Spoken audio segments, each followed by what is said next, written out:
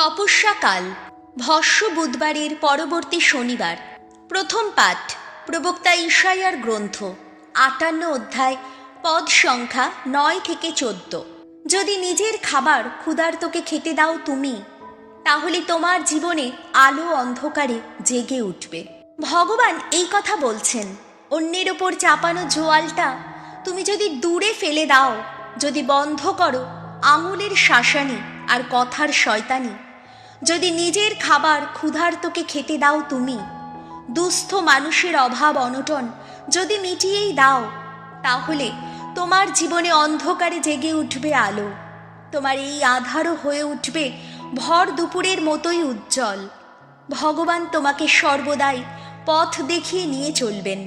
খরার দেশেও তিনি তোমার তৃষ্ণা মেটাবেন, নতুন শক্তি দেবেন তোমার অন্তরে।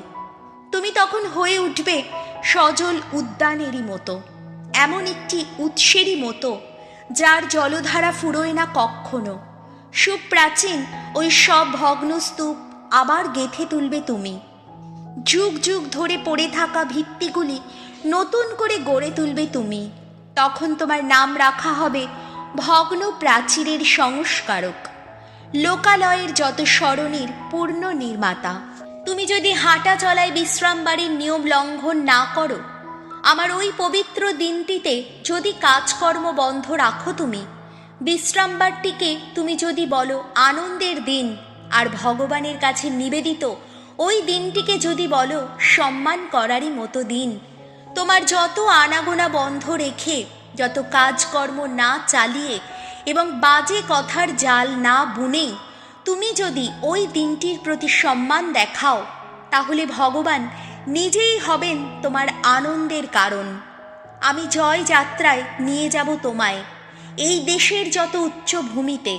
তোমায় দেব তোমার পিতা যাকবের আপন ভূমি সম্পদ ভোগ করার সুখ। ভগবান নিজেই এ কথা বলেছেন। এই হলো প্রভুর বাণী। শ্যাম সঙ্গীত ধুয়ো। প্রভু, পথ বলে দাও, সত্যেরই পথে চলতে শেখাও। ওগো ভগবান, কান পেতে শোনো, সাড়া দাও, সাড়া দাও। আমি যে নিঃস্ব, বড় দুঃখী যে আমি। আমার জীবন নিরাপদে রাখো, আমি যে তোমারই ভক্তজন।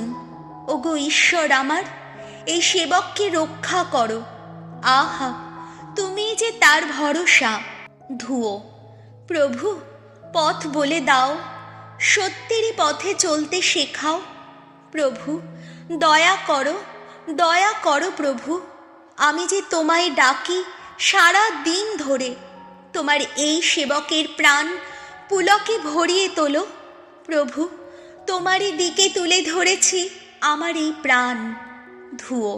প্রভু, পথ বলে দাও, সত্যেরই পথে চলতে শেখাও।